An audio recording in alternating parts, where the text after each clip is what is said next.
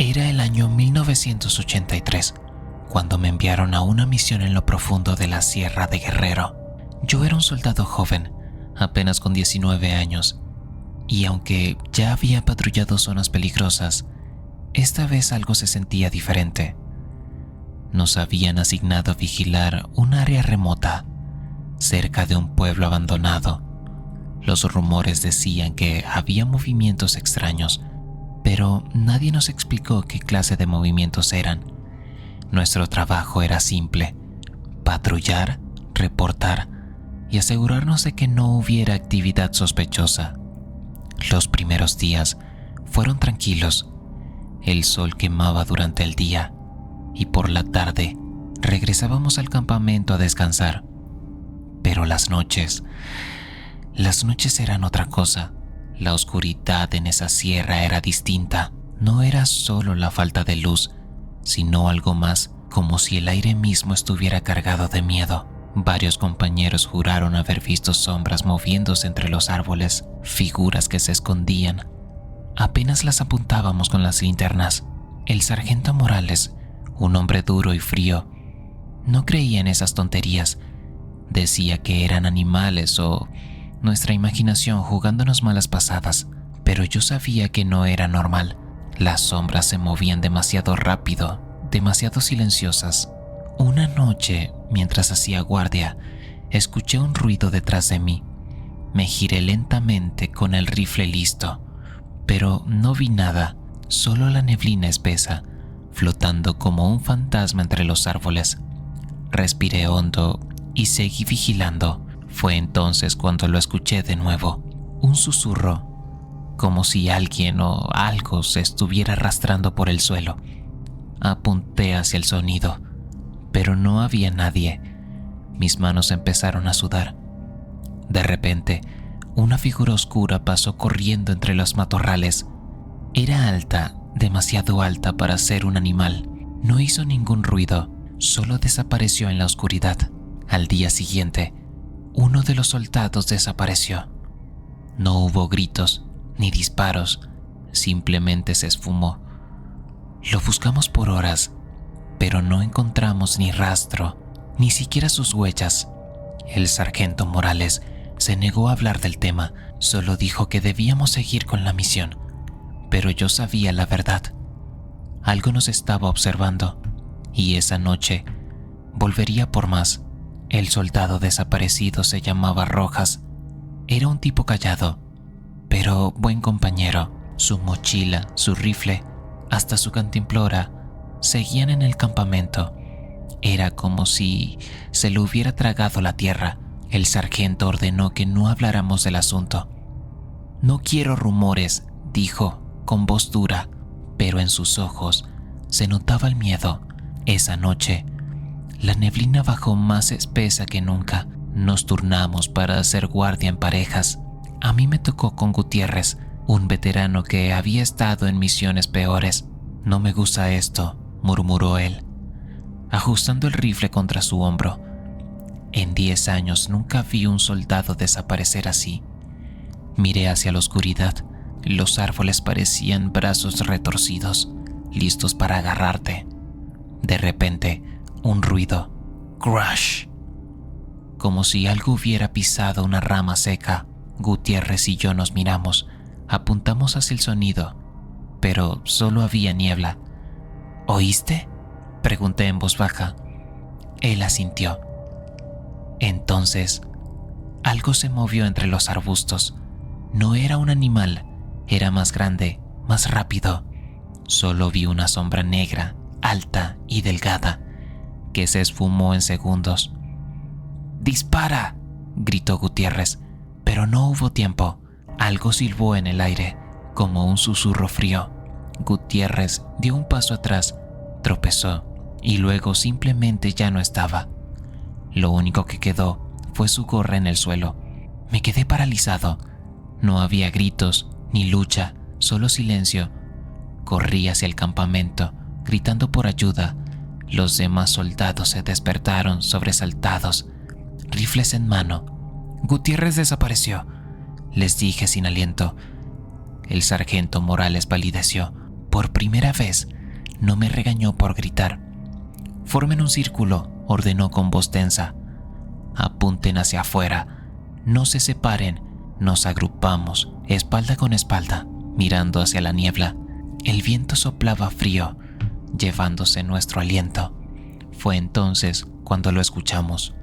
Un gruñido bajo, como de algo que no era humano, venía de todas direcciones y se acercaba. El gruñido se repetía cada vez más cerca. Era un sonido profundo, como si saliera de las entrañas de la tierra. Mis manos temblaban alrededor del rifle. «Mantengan sus posiciones», gritó el sargento Morales, pero su voz se quebraba. De pronto, una ráfaga de viento helado levantó la niebla por un instante, y ahí, entre los árboles, lo vimos. Era alta, demasiado alta, con brazos largos y delgados que casi le llegaban al suelo. Su piel, si es que era piel, parecía negra como el carbón, como si absorbiera la poca luz de la luna. Pero lo peor era su cara, o más bien la falta de ella. Donde deberían estar sus ojos, solo habían huecos. Uno de los soldados, el más joven, no pudo aguantar, gritó y disparó al aire. La criatura giró hacia él. En un segundo estaba quieta. En el siguiente se lanzó. Fue tan rápido que apenas lo vi. Solo escuché el grito del muchacho, ahogándose en el medio de la noche. Cuando encendimos las linternas, ya no estaba, solo un charco oscuro en el suelo, como si algo lo hubiera arrastrado.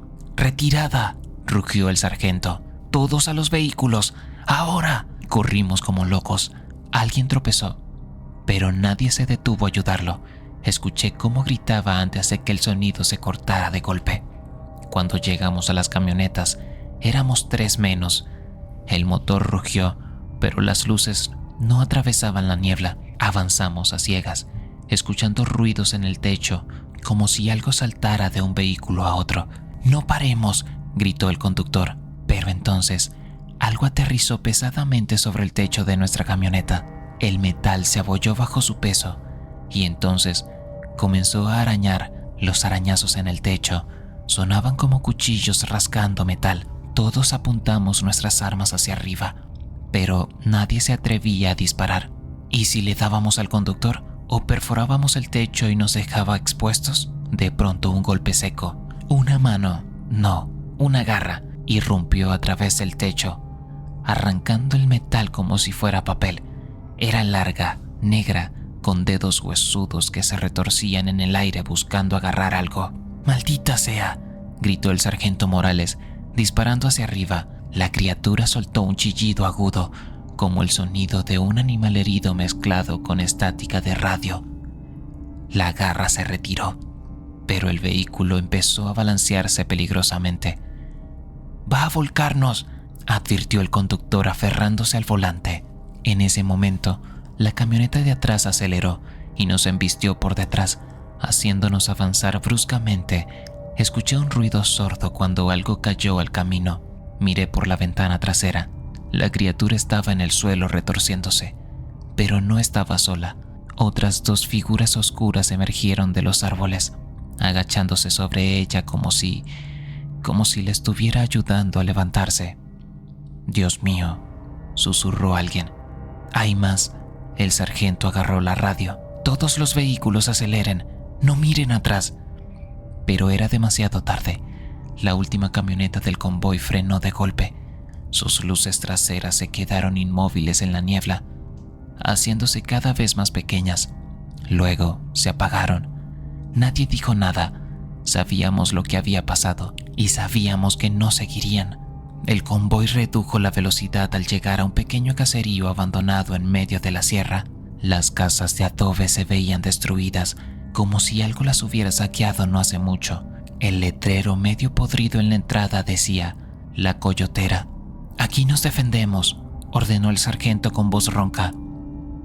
Saltamos de las camionetas y tomamos posiciones. El lugar olía a tierra mojada y algo más, a carne podrida. En el centro del pueblo había manchas oscuras en el suelo, como si algo hubiera arrastrado cuerpos. Nos dividimos en grupos. A mí me tocó vigilar la iglesia, una construcción vieja con la puerta reventada. Al entrar, el aire se volvió denso, bancas volcadas, velas derretidas y en el altar, huellas. No eran huellas humanas, eran largas, con marcas de garras, como si algo hubiera caminado sobre sus dedos. De pronto, un grito desgarrador vino de afuera. Corrí hacia el sonido y vi a uno de los soldados siendo arrastrado hacia el pozo del pueblo. Sus manos arañaban el suelo, mientras una sombra negra lo jalaba de la pierna. ¡Disparen, disparen!, gritó el sargento. Las ráfagas iluminaron la noche. La criatura soltó un aullido que hizo temblar los vidrios rotos de las ventanas, pero no la detuvieron. El soldado desapareció en el pozo con un chapoteo siniestro. Entonces todo quedó en silencio, demasiado silencio. El sargento me miró con ojos desesperados. «Hay que irnos ahora». Pero cuando corrimos hacia las camionetas, los neumáticos estaban reventados, las puertas abolladas desde adentro, y en el asiento del conductor de la última camioneta estaba el casco ensangrentado del soldado que había desaparecido primero. El sargento Morales tomó el casco ensangrentado con manos temblorosas. En ese momento lo entendimos. Nunca habíamos estado cazándolas. Ellas nos habían estado cazando a nosotros. «¡A la iglesia!», ordenó con voz quebrada. «Es el único lugar con paredes de piedra». Corrimos, mientras las sombras se movían entre las casas abandonadas. Al entrar, trancamos la puerta con bancas y rifles cruzados. Fuera se escuchaban pasos, demasiados pasos, como si docenas de esas cosas hubieran salido de la tierra. El más joven del grupo, el soldado Rivera, empezó a rezar en voz baja. Nadie se rió. De pronto, un impacto en la puerta hizo saltar las maderas. ¡Bum! ¡Bum! ¡Bum! ¡Preparen granadas!, gritó el sargento. Cuando la puerta cedió, solo vimos oscuridad, hasta que sus ojos aparecieron, docenas de puntos brillantes flotando en la noche. Las explosiones iluminaron el patio. Por un segundo, vi sus cuerpos, altos, delgados, con brazos que terminaban en garras.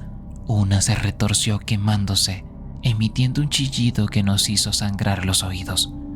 Corrimos hacia el altar, mientras las paredes laterales comenzaban a ceder. El sargento encontró una trampilla bajo el piso de madera podrida. ¡Bajen! En un túnel estrecho, probablemente de la época de la Revolución, avanzamos a ciegas, escuchando cómo la iglesia se derrumbaba tras nosotros. No supe cuánto tiempo pasó. Cuando salimos al otro lado, el sol comenzaba a asomar. Éramos solo 4. El ejército nos encontró 3 días después. Vagando por la carretera, nos dieron licencias médicas y órdenes de nunca hablar de lo ocurrido. A veces en las noches más silenciosas, aún escucho sus pasos en el techo de mi casa y sé que recuerdan nuestros rostros.